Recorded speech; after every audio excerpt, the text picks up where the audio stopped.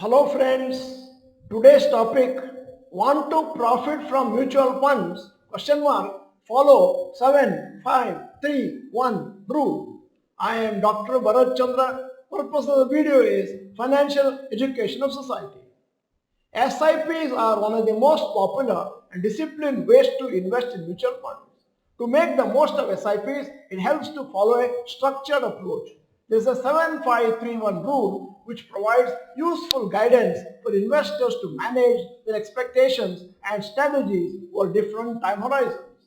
The 7531 rule provides a broad framework based on historical average returns that investors might expect from mutual funds over specific durations. It helps set realistic return expectations when investing through SIPs. Number one, patience is the key. When a SIP is done for 7 years, historical data shows that it is likely to provide good results for the investor. The power of compounding starts working after 7 years and takes effect. The longer the investment horizon, the more significant is the compounding effect. Investing in equity SIPs for a minimum of 7 years also lowers the chances of experiencing negative returns. 5 means diversifying the portfolio wins. Diversification is a very important thing to achieve stability and growth in the investment portfolios. The 5-point framework suggests spreading investment across 5 categories of funds to balance risk and reward. A. Funds with large cap or high quality stocks. B. Funds with value stocks, stocks which are undervalued in the market. C. Funds with growth at reasonable price stocks, stocks that are promising companies in emerging or rapidly growing sectors. D. Funds with mid or small cap stocks. E. Funds with global stocks.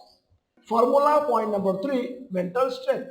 Equity investors face 3 challenging phases that test their commitment towards their long-term investing. A. The disappointment phase, 7 to 10% return. Investors may anticipate high returns and feel disappointed by moderate gains. However, such returns are still better than bank FDs. B. The irritation phase, 0 to 7 returns. Investors might get frustrated thinking bank deposits would have delivered better returns. It is important to understand that market ups and downs are natural and SIPs are structured for long-term wealth creation rather than short-term.